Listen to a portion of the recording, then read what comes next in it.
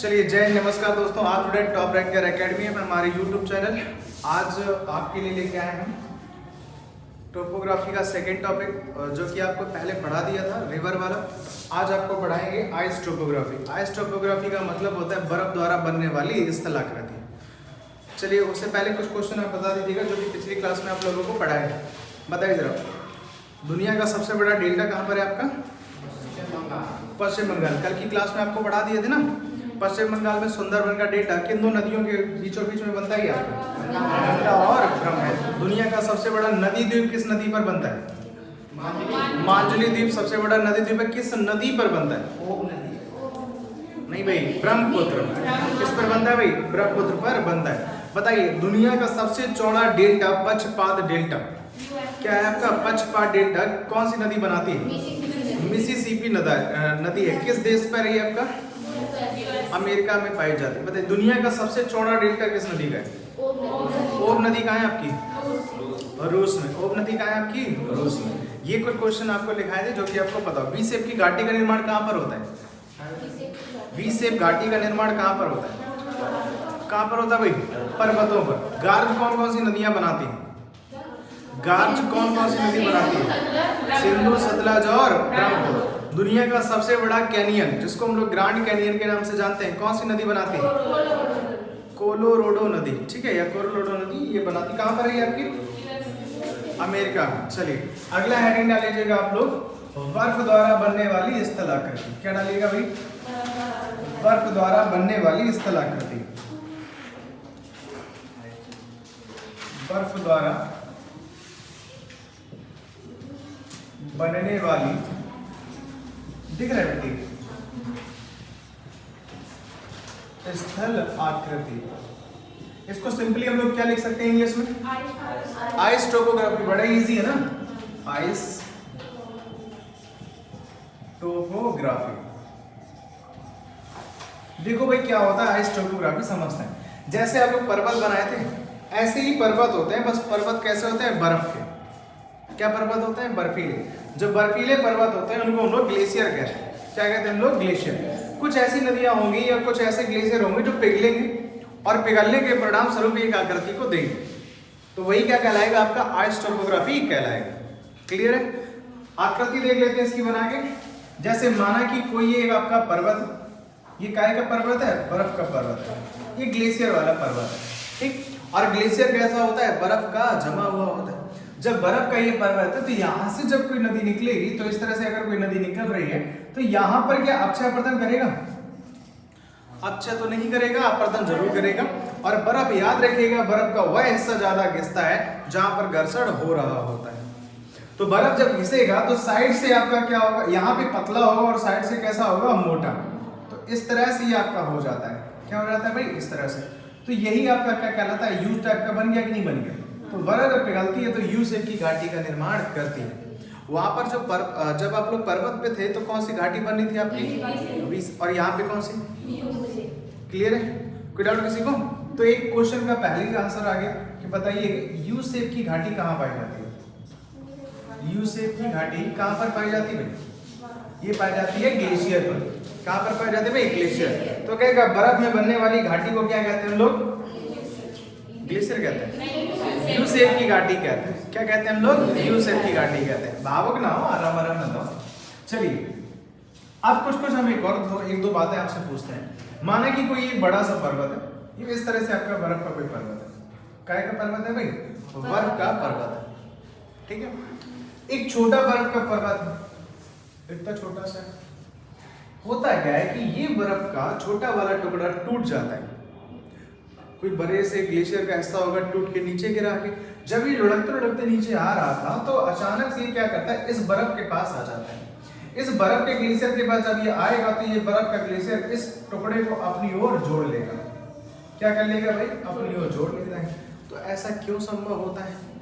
क्योंकि आप लोग अगर इसको प्रैक्टिकली समझोगे तो अच्छे समझ में आएगा। जैसे आप अपने घर में जब बर्फ जमाते हो ना, गर्मियों में फ्रीजर में, तो बर्फ क्या करिएगा? बर्फ के जो टुकड़े होते हैं आप ट्रे में जब लगाते हो उनको, तो ऐसा नहीं है कि आपने उनको जोड़ के रखा हो, पानी तो अलग अलग होता है ना, फिर भी बर्फ के टुकड़े आपस में जुड़ जाते हैं। जुड़ते हैं। इसका मतलब क्योंकि बर्फ का जो आपका घनत्व होता है वो ज्यादा हो जाता है तो आपस में टुकड़े जुड़ जाते हैं, तो यहाँ पे भी बर्फ का टुकड़ा जो था वो इस बर्फ के टुकड़े के साथ जुड़ जाएगा। इस कंडीशन को जब ये बड़ा सा बर्फ का टुकड़ा ये बड़े से ग्लेशियर में आके जब चिपक जाता है तो इस कंडीशन को हम क्या कहते हैं, ये बड़ा सा बर्फ का ग्लेशियर है और ये छोटा सा बर्फ का क्या है, टुकड़ा है। छोटा मतलब बहुत छोटा नहीं है, इतना भी छोटा नहीं है कि इस पर कुछ कर ना सको। तो ऐसी कंडीशन को देखिएगा जरा, यहाँ पर एक सिचुएशन बन रही है तो इसको कहते हैं हम लोग लटकती हुई घाटी। क्या कहते हैं हम लोग? लटकती हुई घाटी। लटकती हुई घाटी। क्लियर है ना? बताइए लटकती हुई घाटी कहाँ पाई जाती है? ग्लेशियर पर। कहाँ पाई जाएगी भाई? ग्लेशियर। ये लटकती घाटी इतनी मजबूत होती है कि शिव जी आगे इस पर तांडव करेंगे ना तब भी आसानी से नहीं टूटेगी। आप देखिएगा ना घर में जो बर्फ की सिल्ली आती है उस पर आप नाचिएगा खुद, टूट जाएगी। जब तक किसी पतली धारदार चीज से उस पर कोई प्रेशर नहीं दिया जाएगा तब तक नहीं टूटता है। आप उस पर उठा के खोपड़ी पटक देना, फूटेगी नहीं बर्फ। लेकिन जरा सी नुकीली कोई चीज मार देना तो वहीं से आप क्या हो जाएगा, दरार हो जाएगा, वो टूट जाएगा। तो वही कह रहा है कि ये जो बर्फ का टुकड़ा है इतना मजबूत होता है कि इस पर हम आराम से घूमने जा सकते हैं, टहलते रहेंगे, इस पर गाड़ियां भी चल जाएंगी, कोई दिक्कत नहीं होगी। आगे चलकर बर्फ की एक खासियत होती है, बर्फ अपने अंदर खींच लेता है इसको। जब आगे चलकर यही लटकती हुई घाटी आगे चलकर समाप्त हो जाएगी। क्यों समाप्त हो जाएगी? क्योंकि यही जो बर्फ का टुकड़ा था धीरे धीरे कर कहाँ धंस जाएगा, बर्फ के अंदर धंस जाएगा। अभी ये बाहर था, अब कहाँ आ गया ये आपका अंदर। क्या आ जाता है भाई? अंदर। तो ऐसी आकृति को जब बर्फ का टुकड़ा ये वाला अंदर धंस जाता है तो एक नई आकृति कुछ इस तरह से बन जाएगी। देखना जरा, किस तरह से आपकी आकृति बन जाएगी। यही बर्फ का टुकड़ा पूरा धंस गया, थोड़ा बहुत दिख रहा है, इसमें नहीं दिख रहा है। बताओ भाई, बर्फ अपनी ओर खींच लेती है इसको और बर्फ आपस में घिस घिस के एक दूसरे में मिल जाती है। तो मिल जाती है तो ऐसी कंडीशन को क्या कहते हैं हम लोग? इस कंडीशन को नुनाटक कहते हैं। क्या कहते हैं? नुनाटक। तो ये स्थिति क्या कहलाती है? नुनाटक कहलाती है। तो बताइए नुनाटक का निर्माण कहां पर होता है? ये भी ग्लेशियर पे ही होगा आपका। कहां पर होगा भाई? ग्लेशियर में होगा। बात समझ में आ रही है आपको? आप लोगों को भी समझ में आ रही होगी। आ रही होगी। नुनाटक से आगे कोई एक आकृति बनेगा। अब आकृतियां देख लेते हैं क्या क्या आपका बन सकता है। कहेगा जिस नदी में जो बर्फ पिघल के आ रही होगी वो कहीं ना कहीं टुकड़ों के रूप में आ रही होगी और ये बर्फ की चादर बिछी होती नदियों पर पूरा का पूरा। इसके नीचे मछलियां भी जिंदा रहती हैं क्योंकि पूरी नदी बर्फ में जमी नहीं होती है, बर्फ के नीचे पानी भी बह रहा होता है, वो पानी वाले भाग में आपकी मछलियां जिंदा बनी रहती हैं। ठीक है, ये फिजिक्स जब पढ़िएगा तो आपको क्लियर हो जाएगा। यहाँ पर क्या होता है कि जैसे कोई एक बर्फ का टुकड़ा है, मान लो ये बर्फ का एक टुकड़ा है, तो ये जो बर्फ का टुकड़ा जब आया है ना, इस बर्फ के टुकड़े को जो नदी में बहकर आ रहा है, छोटा मोटा टुकड़ा नहीं होता, काफी बड़ा होता है और इसी बर्फ के टुकड़े को एस्कर कहा जाता है। क्या कहा जाता है आपका? एस्कर। तो कहेगा बर्फ के टुकड़े को क्या कहते हैं हम लोग? एस्कर। तो नदियों में बह के आती है बर्फ, उसको एस्कर कहते हैं। और ये एस्कर ऐसे समझो जैसे तुम्हारे घर में सिल्ली आती है बर्फ की फैक्ट्री से, वो एस्कर कहलाता है। और उस एस्कर को तोड़कर हम लोग क्या करते हैं, डालते हैं पानी के अंदर ठंडा करने के लिए, शरबत बनाने के लिए। वो कहलाएगा आपका ड्रमलीन। क्या कहलाएगा आपका? ड्रमलीन। बात समझ में आया? चलिए, तो ये आपका क्या हो जाएगा? आपका ड्रमलीन हो जाएगा। अच्छा उल्टा, ये बर्फ का टुकड़ा क्या होता है? ड्रमलीन होता है। इसी ड्रमलीन के जब हम छोटे छोटे टुकड़े करते हैं, आइस क्यूब जिसे कहते हैं, क्या कहते हैं हम लोग? Ice cube. क्यूब कैसे लिखा जाता है? CUB। हाँ ठीक है, आइस क्यूब। जो आप लोग घर में आइस क्यूब यूज करते हो ना, समझ लो। लेकिन आइस क्यूब को, ड्रमलीन के छोटे छोटे टुकड़े जो आइस क्यूब होते हैं, उसको हम लोग क्या कहते हैं? एस्कर। क्या कहते हैं उसको? एस्कर कहते हैं। ठीक है, अब सही है आपका। तो एस्कर क्या कहलाते हैं? बर्फ के छोटे टुकड़े। और बर्फ का बड़ा सा टुकड़ा क्या कहलाएगा? जो पानी में बह के हुए आ जाएगा, वो क्या कहलाएगा? आपका ड्रमलीन। और ये ड्रमलीन उल्टा होता है, उल्टा नाव के नुमा होता है, क्योंकि अंदर अंदर से बर्फ पिघल गई होती है, तो इसकी संरचना जो है एकदम अंदर से खोखली हो जाती है। आप देखिएगा ना, बर्फ का जो गोला आता है घर में, जो आप देखते हो प्रचार में आता है या फिर आपके गाँव में आता है, तो वो घिसता है जहाँ से बर्फ घिसता है वहीं से कम होता है कि ऊपर से कम हो जाएगा?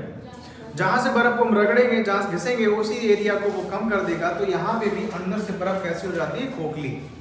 तो वही कहेगा कि ये ड्रमलीन है, एस्कर है, या लटकती हुई घाटी है, या नुनाटक है।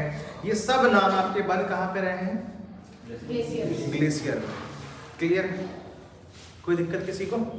कोई दिक्कत नहीं। चलिए अच्छा, इसमें और भी कुछ क्वेश्चन पूछेगा, और भी क्वेश्चन देख लेते हैं। तो एक काम करो, पहले इसको नोट कर लो, फिर आगे बढ़ जाते हैं। इसको नोट करो, फिर आगे बढ़ते हैं। पूरा देखो, हमने कहा कि माना कि एक बड़ा सा बर्फ का क्या है, टुकड़ा है। ये बर्फ का क्या है, मान लो बर्फ का एक क्या है, बड़ा सा टुकड़ा है, मतलब ग्लेशियर ही है। इस ग्लेशियर में क्या होता है कि जब भी कभी यहाँ पे बारिश होती है तो बारिश के कारण कोई ना कोई यहाँ पर दिक्कत आएगी। वो दिक्कत, बर्फ में जब पानी की बूंद गिरती है तो बर्फ को पिघलाना चालू कर देती है। करेगी नहीं करेगी, लगातार बारिश होगी तो बर्फ पिघल जाएगी। चलिए वही देखते हैं क्या होता है कि बारिश की कंडीशन में क्या होगा। इस बर्फ में जब बारिश की बूंद गिरती है तो बारिश की इस ग्लेशियर में क्या कर देती है, गड्ढा कर देती है। क्या कर देती है भाई, बताइए, मानते हो कि नहीं मानते? जब ये बर्फ में गड्ढा करेगी तो इसका कोई ना कोई नाम होगा। इस गड्ढे को गड्ढा नहीं कहता है, क्योंकि हम आपको बताए थे कि चंद्रमा पर भी गड्ढा है, लेकिन उसको गड्ढा नहीं कहा गया, क्या कहा गया, क्रेटर। क्या बोला गया इसको, क्रेटर नाम दिए थे। तो यहाँ पे भी इसको नाम कुछ और देंगे। क्या देंगे इसको, कुछ और नाम देंगे। तो इस गड्ढे को हम लोग कहते हैं सर्क। क्या कहते हैं इसको हम लोग, सर्क। इसको क्या बोलते हैं हम लोग, सर्क नाम देते हैं। ये गड्ढा क्या कहलाता है, सर्क। जब ऐसी आकृति आपको दो एक साथ देखने को मिल जाए, इसी प्रकार के सर्क आपको कितने मिल जाए, दो एक साथ देखने को मिल जाए। एक ये सर्क है और एक ये सर्क। तो ये क्या कहलाएगा, कुछ और नाम हो जाएगा। सिंगल था तो सर्क हो जाएगा। जैसे लड़का सिंगल है तो सिंगल, मिल गया तो कपल, नाम बदल गया ना। ऐसे इनके साथ भी होता है। जब तक अकेला था तब तक सर्क था, दो हो गया तो क्या नाम हो गया, एरिटी। क्या नाम हो गया इसका, एरिटी। क्लियर है ना। जब कई सारे सर्क एक साथ बन जाते हैं या फिर कई सारे एरिटी एक साथ बन जाते हैं तो वो क्या कहलाता है आपका, गिरीशरंग कहलाता है। क्या कहलाता है आपका, गिरीशरंग कहलाता है। बात समझ में आ रहा है ना। तो कई सारे जब ये बन गए तो ये क्या कहलाएंगे, गिरीशरंग कहलाएंगे। क्या कहलाएंगे भाई, गिरीशरंग कहलाएंगे। अरे कंगा देखो, कंगा भी तो ऐसे ही होता है, उठा हुआ फिर धसा हुआ, फिर उठा हुआ फिर धसा हुआ। जब किसी ग्लेशियर में ऐसी आकृति देखने को मिल जाती है एक साथ तो उसको क्या कहते हैं हम लोग, गिरीशरंग कहते हैं। सिंगल होगा तो, दो हो तो, और तीन हो तो गिरीशरंग, तीन से अधिक हो तो। क्वेश्चन सुनना, कहेगा जब एक साथ कई सारे सर्क देखने को मिलते हैं तो क्या कहलाता है आपका, जब एक साथ दो सर्क देखने को मिले या कई सारे एरिटी एक साथ हो तो क्वेश्चन बन जाएगा। कहेगा जब बर्फ के बीचों बीच कोई क्या हो रहता है, होल। क्या हो रहता है, होल का मतलब समझते हैं, छेद। जब बीचों बीच बर्फ में छेद हो जाता है तो इसको होल ना कहकर इसको कॉल कहता है। क्या कहता है इसको, कॉल कहता है। ठीक है, इसको क्या कहता है, कॉल। तो इसी से नाम बना है इंदिरा कॉल। क्या नाम बना है, इंदिरा कॉल। इंदिरा कॉल कहाँ है आपका, जम्मू कश्मीर। भारत का सबसे उत्तरतम बिंदु क्या है आपका, इंदिरा कॉल। भारत का सबसे उत्तरतम बिंदु इंदिरा कॉल। और भारत का सबसे दक्षिणतम बिंदु कौन सा होता है भाई, इंदिरा पॉइंट। इंदिरा पॉइंट कहाँ है आपका, अंडमान निकोबार। कहाँ है आपका, अंडमान निकोबार। चलिए, तो इंदिरा कॉल से क्वेश्चन आपका पूछता है कि नहीं पूछता है, बिल्कुल पूछेगा भैया। क्वेश्चन पूछेगा इंदिरा कॉल क्या है तो बता दीजिएगा। भारत का सबसे उत्तरतम बिंदु क्या है, भारत का सबसे उत्तरतम बिंदु, उसका नाम क्या है, इंदिरा कॉल। क्यों ऐसे बना इंदिरा कॉल, ये पता चल गया। क्यों बना पता चल गया। ये इंदिरा कॉल एक प्रकार का सुरंग है जो बर्फ के बीचों बीच बना हुआ है और ये इतना मजबूत है, यहाँ से ट्रेन भी गुजर जाती है। इतना मजबूत है कि यहाँ से ट्रक भी गुजर जाता है। समझ रहे हो, क्योंकि ग्लेशियर आपका जल्दी पिघलेगा नहीं। ये तब पिघलेगा जब भयंकर आपका क्या होगा, गर्मी होगा।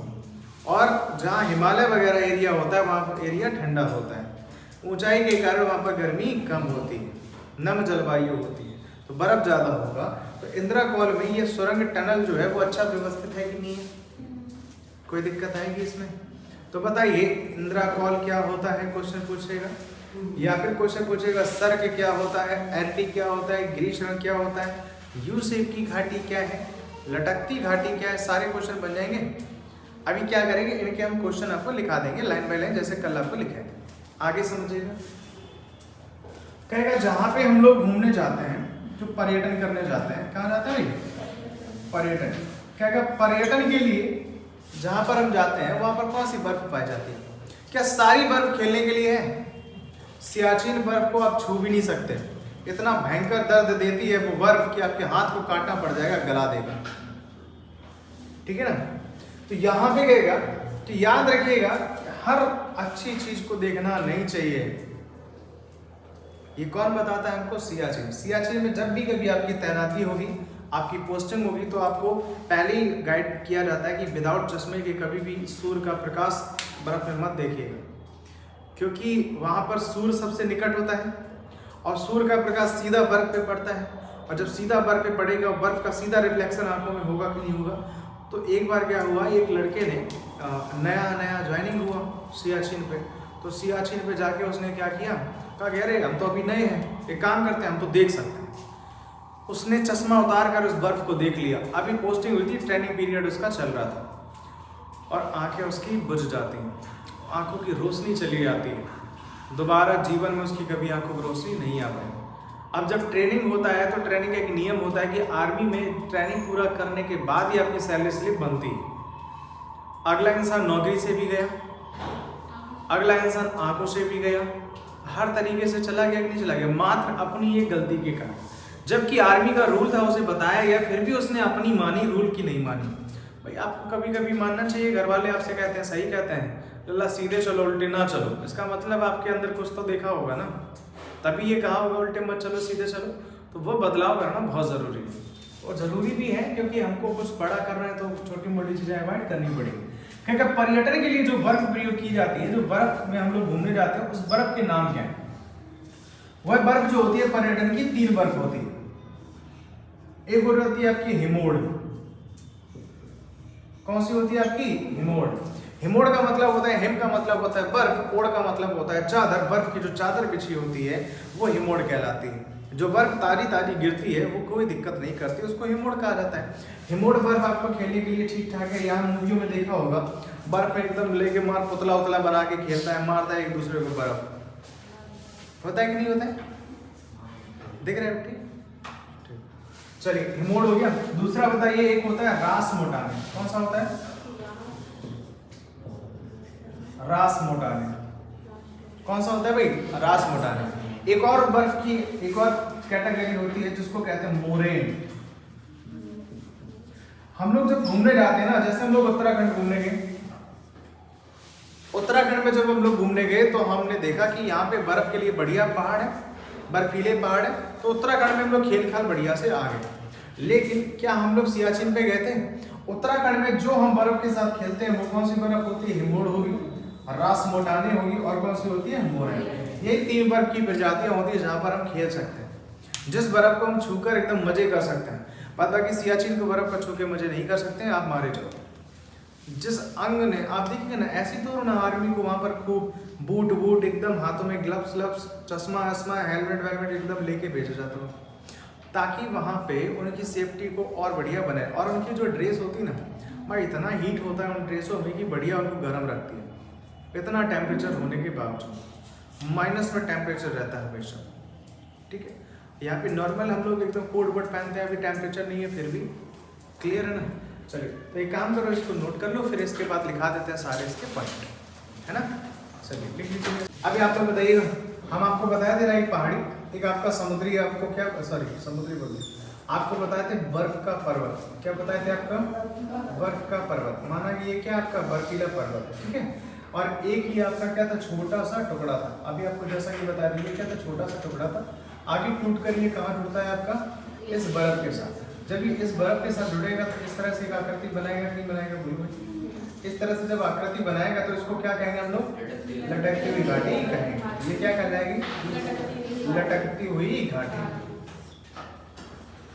लटकती घाटी। यही आगे चलेगा इसके अंदर धंस जाएगा इस तरह से, तो ये क्या कहलाएगा आपका नुनाटक। क्या कहलाएगा आपका नुनाटक।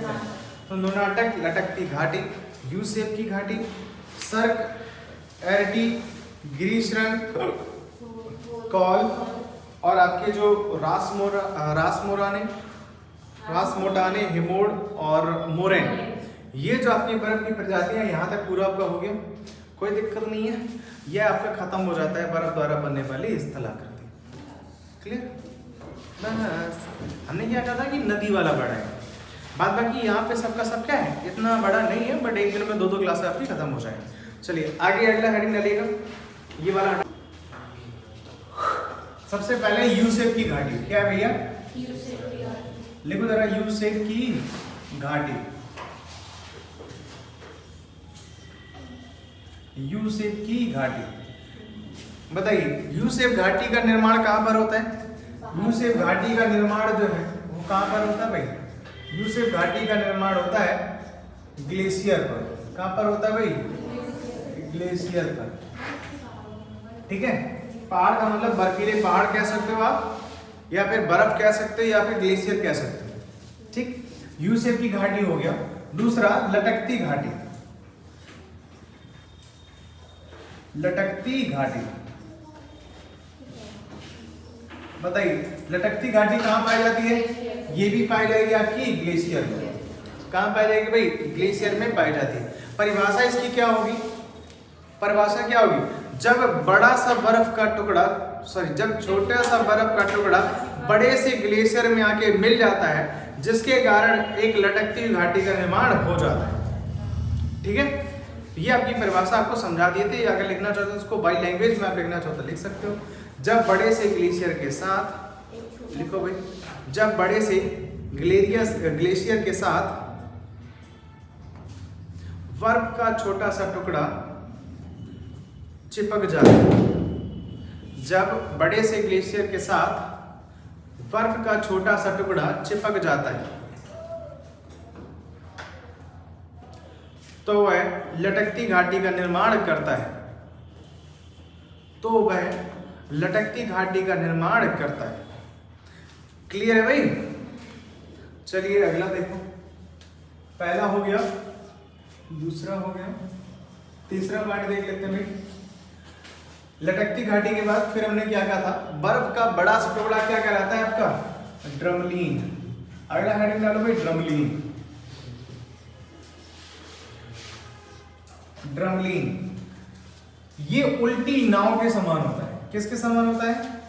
उल्टी नाव के समान, क्योंकि बीच वाला हिस्सा इसका कैसा होता है भाई? बीच वाला हिस्सा इसका घिस गया होता है।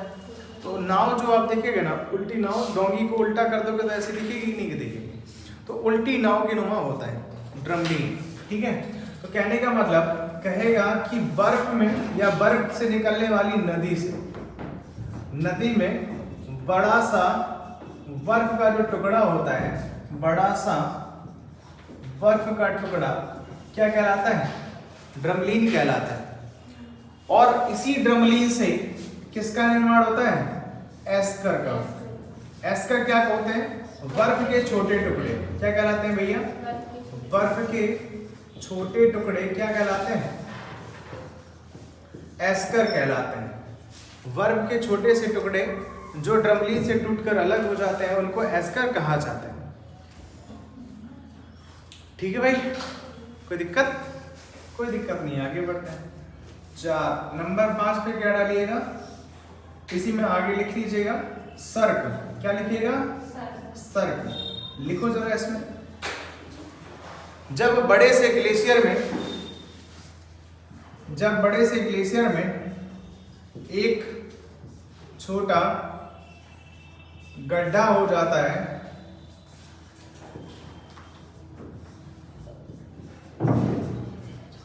जब बड़े से ग्लेशियर में एक छोटा सा गड्ढा हो जाता है तो उसे क्या कहते हैं? सर्क कहते हैं। इस गड्ढे में बीच में पानी होगा, इधर उधर क्या होगा भाई? ऊंचा वाला क्षेत्र होगा, मतलब बर्फ वाला क्षेत्र होगा, इधर उधर बर्फ, बीच में पानी, तो वो क्या कहलाएगा आपका? सर्क। इसी में आपका अगला लिखिएगा एरिटी। क्या लिखिएगा आप लोग? एरिटी लिखिएगा। जब एक साथ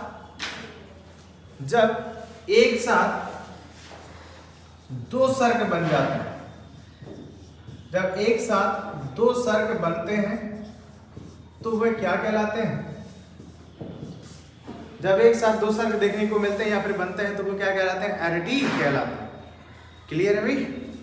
चलिए अगला देखिएगा, गिरीश्रण। अगला कौन सा होगा भाई? बोलते रहिएगा, याद हो जाएगा। अगला हो जाएगा गिरीश्रण। क्या होगा भाई? गिरीश्रण। गिरीश्रण क्या होता है? लड़का लोग बोलेगा, बताओ भाई तुम लोग। जब कई सारे एरिटी एक साथ बन जाते हैं तो वो क्या कहलाते हैं? गिरीश्रण। या कई सारे सर्ग एक साथ देखने को मिलते हैं तो क्या कहलाते हैं? गिरीश्रण कहलाते हैं। तो क्या मतलब होगा? जब कई सर्ग, क्या कहेगा? कई सर्ग एक साथ, कई सर्ग एक साथ होते हैं तो वे क्या कहलाते हैं? गिरीश्रण कहलाते हैं। जब कई सारे सर्ग एक साथ होंगे तो वो क्या कहलाएंगे भाई? गिरीश्रण कहलाएंगे। ठीक है भाई, कोई दिक्कत किसी को? कोई दिक्कत नहीं, इतना ही तो लिखा है आपको। इसी बार लिखा होगा कॉल, और लिखा होगा 8वां लिख देना भाई, कॉल।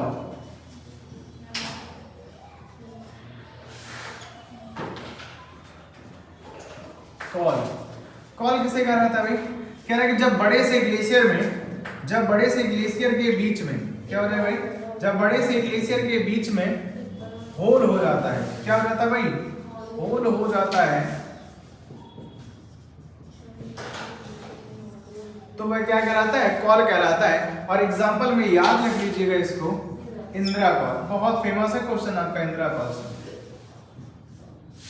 पूछता है। इंदिरा कॉल कहाँ है आपका? इंदिरा पॉइंट कहाँ है? इंदिरा कॉल कहाँ है आपका? जम्मू कश्मीर। इंदिरा कॉल ये आपका कहाँ है भाई? जम्मू कश्मीर में। याद हो गया पूरा चैप्टर आपको? बताइए, आपका कल हो गया टोटल कितना टोपोग्राफी पढ़ना था आपको? 5। कितना पढ़ना था आपको? 5। हो कितना गया आपका? 2। एक और हो जाएगा फिर 3। कल खत्म हो जाएगा पूरा। चलिए अगला हेडिंग डालो भाई, हवा द्वारा बनने वाली स्थलाकृति। कौन सा टॉपिक है भैया? Wind topography. क्या है? Wind topography.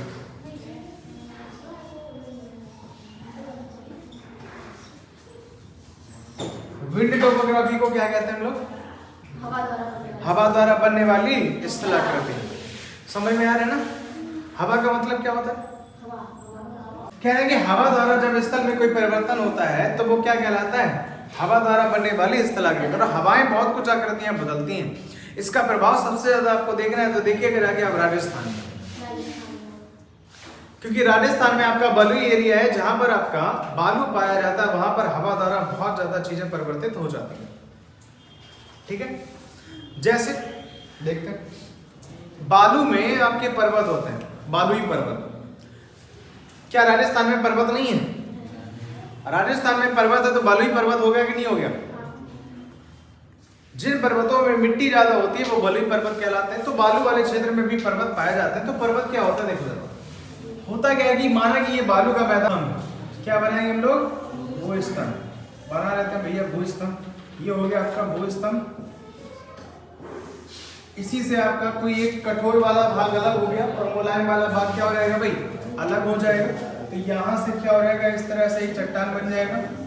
क्या बन जाएगा भाई? चट्टान बन जाएगा। ये कौन सा भाग होगा? मुलायम वाला होगा कि कठोर वाला? ये कहलाएगा आपका मुलायम भाग। चट्टान का ये कौन सा भाग होगा? मुलायम। और ये कौन सा होगा भाई? कठोर भाग। दो भागों टूटेगा। और इस पूरे को क्या कहते हैं हम लोग? पूरे स्ट्रक्चर को कहते हैं छत्रक शिला। क्या कहेंगे इसको हम लोग? छत्रक शिला। तो छत्रक शिला हमेशा कहाँ पाया जाएगा? मरुस्थल एरिया। कहाँ पाया जाएगा भाई? मरुस्थल। इसी छत्रक शिला से जब ऊपर वाला भाग अलग हट जाएगा तो बचेगा क्या आपके पास? इसी से देखिएगा ये खंबा खंबा अकेला बचेगा। क्या बचेगा भाई? ये खंबा खंबा बचेगा। इसी को क्या कहते हैं हम लोग? भूस्तंभ। इसको क्या कहेंगे हम लोग? भूस्तंभ कहेंगे। क्लियर है? हमने कहा कि कई भूस्तंभ जब एक साथ होंगे क्या होगा भाई? कई सारे भूस्तंभ क्या होंगे भाई? एक साथ होंगे तो वो क्या कहलाएगा आपका? यार्डन कहलाएगा। क्या कहलाएगा भैया? यार्डन कहलाएगा। कह रहा है कि इसी छत्रक शिला से जब कोई बड़ा सा आपका जो टूट के गिरता है आपका टुकड़ा, तो उसको क्या कहते हैं, इनसेल वर्ग। तो ये जो आपका एक टुकड़ा यहाँ से टूट के गिरेगा आगे, तो वो क्या कहलाएगा आपका, इनसेल वर्ग कहलाएगा, इनसेल वर्ग। तो इनसेल वर्ग का निर्माण कहाँ पर होता है, रेगिस्तान में। कहाँ पर होता है भाई, रेगिस्तान में होता है।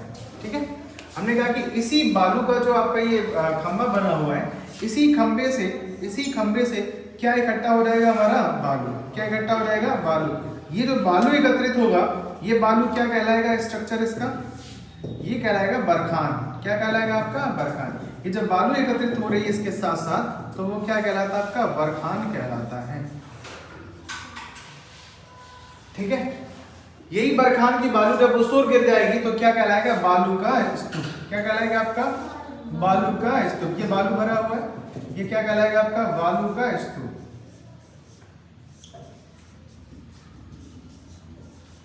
इसी बालू के स्तूप में हवा द्वारा ये बालू पूरे मैदान में फैल जाएगी। जब ये बालू मैदान में फैल जाएंगे इस तरह से, तो वो क्या कहलाएगा आपका, लोयस का मैदान। क्या कहलाएगा आपका, लोयस का मैदान। क्वेश्चन कहेगा बालू के स्तूप से किसका निर्माण होता है, लोयस के मैदान का। किसका होता है भाई, लोयस के मैदान का। तो लोयस का मैदान बन जाता है। और दुनिया का सबसे बड़ा लोयस का मैदान अगर है तो वो कहां पर है, चाइना। कहां पर है भाई, चाइना। ठीक है, किसी को कोई दिक्कत, कोई दिक्कत नहीं है। आज के लिए यहीं तक रखते हैं। ठीक है, अब देखो जरा यहाँ पे एक और समझ लो ना। यहाँ पे एक और क्वेश्चन पूछता है वालसन झील से। किससे क्वेश्चन पूछेगा आपका, वालसन झील से क्वेश्चन पूछेगा, वो और हम लोग देख लेते हैं। ठीक है भाई, लिखो फटाक से देखते हैं, परिभाषा समझ लो इसका। एक आपका झील बहुत पूछता है आपका, मरुस्थल क्षेत्र में पाई जाने वाली झील को वालसन झील के नाम से जाना जाता है। कहेगा वालसन झील क्या होता है भाई, क्या पूछेगा आपका, वालसन झील क्या होता है, वालसन झील समझो। कह रहा है कि जब किसी मरुस्थल के चारों ओर पर्वत, क्या कह रहा है, जब मरुस्थल के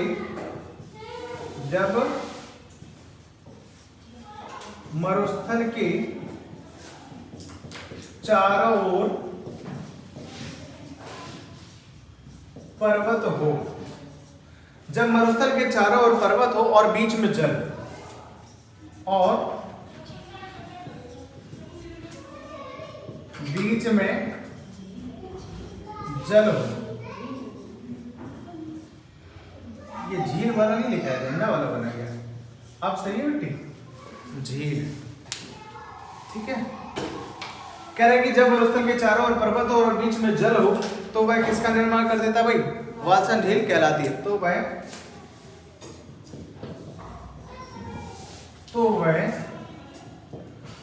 वालसन झील कहलाती है।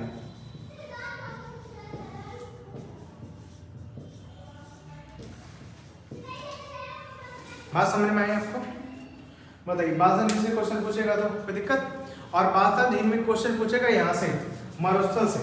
इसी वालसन झील में जब ये पानी सूख जाता है तो वो प्लेया कहलाता है। क्या कहलाता है आपका, प्लेया।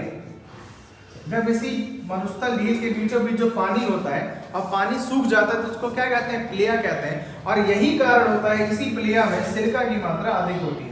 सिलिका और सोडियम, सिलिका और सोडियम की अधिकता के कारण यह खारा और चमकीला दिखाई देता है। इसी की वजह से जो राजस्थान का मरुस्थल है वो कैसा दिखाई देता है हमको, सफेद। कैसा दिखाई देता है हमको, सफेद। तो सफेद मरुस्थल किसे कहा जाता है, बोलिए। सफेद मरुस्थल कहा जाता है थार के मरुस्थल। किसको कहा जाता है, थार के मरुस्थल। थार का मरुस्थल क्या है, राजस्थान। राजस्थान में जो पाया जाने वाला थार का जो मरुस्थल है, थार का जो मरुस्थल है वो कैसा मरुस्थल है, सफेद मरुस्थल। क्यों है, क्योंकि वहां पर क्या पाया जाता है आपका, सिलिका। सिलिका चमकदार होता है, सोडियम नमक होता है। तो सिलिका मतलब रेत के ऊपर नमक नमक रह जाएगा, और नमक रह जाएगा, ये खारा होगा। सफेदी किसके कारण, सिलिका के कारण। वो सिलिका जब रोशनी पड़ती तो चमकता है, इसीलिए दूर से देखने पर ये रेगिस्तान हमको कैसा दिखाई देता है, सफेद। तो सफेद मरुस्थल किसे कहा जाता है, थार के मरुस्थल को कहा जाता है। ऑप्शन में आपका पहला देता है लद्दाख। लड़का लद्दाख मार के चला आता है। लद्दाख वाला ठंडा मरुस्थल है, सफेद मरुस्थल नहीं है। ठीक है, चलिए आज के लिए यहीं पे इसको समाप्त कर दो। इसका आगे क्लास